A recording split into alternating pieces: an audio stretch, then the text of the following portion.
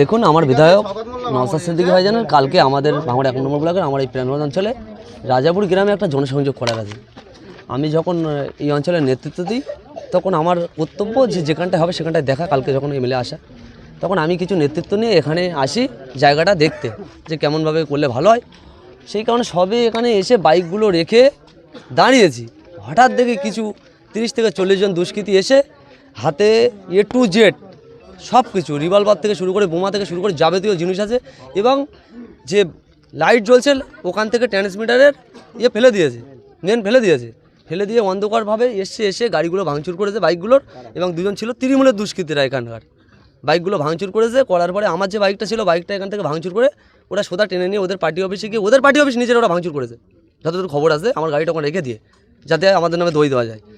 এবং এখানে আমাদের 2-4 জনের মারধর পর্যন্ত করেছে। আমাদের কাছে এতটুকু প্রশ্ন যে ভাঙড়ের বিধায়ক আজকে শওকত মোল্লা না নওশাদ সিদ্দিকী সেটা ডিক্লেয়ার করতে হবে প্রশাসনকে। কারণ বারংবারই আমরা ভাঙড় 1 নম্বর ব্লক কি 2 নম্বর ব্লক কি নওশাদ সিদ্দিকী ভাইজানের যারা দলটা করে আইএসএফ দলটা করে বারংবারই এই নটোরিয়াস ক্রিমিনালের ইঙ্গিতে কেন বারংবারই এই ভাঙড়ে অশান্তি হয়। তার জন্য আমরা তো পুরো দায়ভার করব এই আমাদের ক্যালকাটা পুলিশকে।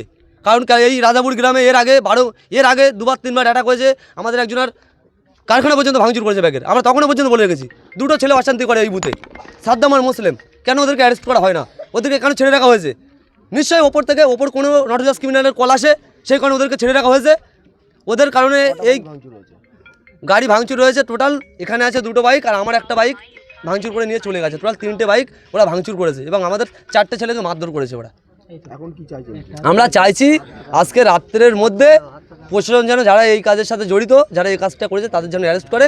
না হলে আমার বিধায়ক কালকে আসছে, এখানে আসার পরে আমরা গণতান্ত্রিক প্রক্রিয়ায় কীভাবে এর প্রতিউত্তর দিতে হয় সেটা আমরা রেডি আছি। প্রতিউত্তর গণতান্ত্রিক পক্ষের এর প্রতিউত্তর আমরা দেবো। আমার নাম রাহুল মোল্লা, প্রাণগঞ্জ অঞ্চলের দেখভাল করে সভাপতি। আমরা এখানে এসেছিলাম কালকে ভাইজান আসবে, সেই হিসাবে আমরা এখানে এসেছিলাম যে কালকে ইফতার পার্টি আছে একটা। আমরা এসে ওখানে বসেছিলাম বাইকের উপরে। এখন হঠাৎ কিছু তৃণমূলের দুষ্কৃতী দেখলাম ওখান দিয়ে মেন ফেলে আমাদের দিকে রুকে আসলো। আমি বাইকের উপরে বসেছিলাম। এখন বসে থাকলে আমাকে এসে, আমি বসে আছি বাইকে মারতে যাচ্ছে। আমি বলছি ভাই দাঁড়ো, ওই বাইকটা আমার, মেরো না, মারছো কেন তোমরা বাইকে? তাহলে তুই কে বলে আমার উপরে মারলো, আমার ওই হাতে আঘাত করলো শাবল দিয়ে, আমার আরও মারলো পিঠে। আমি বললাম ঠিক আছে, আমি সাইড হয়ে গেছি। ওরা বাইক ভাঙচুর করে যে যার মতো। তারা তৃণমূলের দুষ্কৃতী। আমরা আইএসএফ করি। আমার নাম হাবিবুল্লাহ পাহাড়। কটা চেয়ার পড়বে, কি হবে না হবে সেইভাবে আমরা এসেছিলাম এবং তার সঙ্গে ইফতার পার্টি কালকের আমাদের ছিল রমজান মাসে।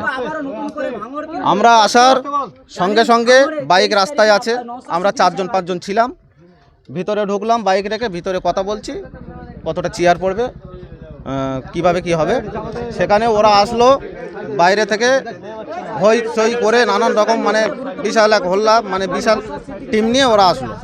এসে গাড়ি টাড়ি পুরো ভাঙচুর করলো এবং মুসলিম আহসানের নেতৃত্বে টিএমসির নেতা মুসলিম মোল্লা এবং সাদ্দাম বুথ সভাপতি, ঠিক আছে, এসে মেন ফেলে দিয়ে এসছে।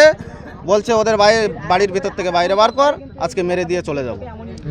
আমরা যদি বাইরে বার হতাম ওরা মেরেই দিত। আমরা ওই পাশটায় চলে গেছি, ওরা ভেতরেও ঢুকেছিল, টেনে বার করে আনবে বলে ভেতরেও ঢুকেছিল। তার মধ্যে আমাদের একটা ছেলে, তাকে উল্টো পাল্টা মেরে শাবল দিয়ে মেরে চলে গেছে, রড দিয়ে, ঠিক আছে। আমরা থাকলে মেরে দেওয়ার আশঙ্কা ছিল।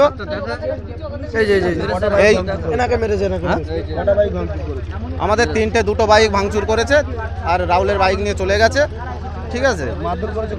মারধর করেছে 2 জনার। এই ছেলেটাকে মেরেছে, এই ছেলেটাকে শাবল দিয়ে মেরেছে এবং পিঠে শাবল দিয়ে মেরেছে। আরো খবর দেখতে সাবস্ক্রাইব করুন বাংলা হান্টের ইউটিউব চ্যানেল। বাংলা হান্টের আরো খবর দেখতে নজর রাখুন। বাংলা খবর মানেই বাংলা হান্ট।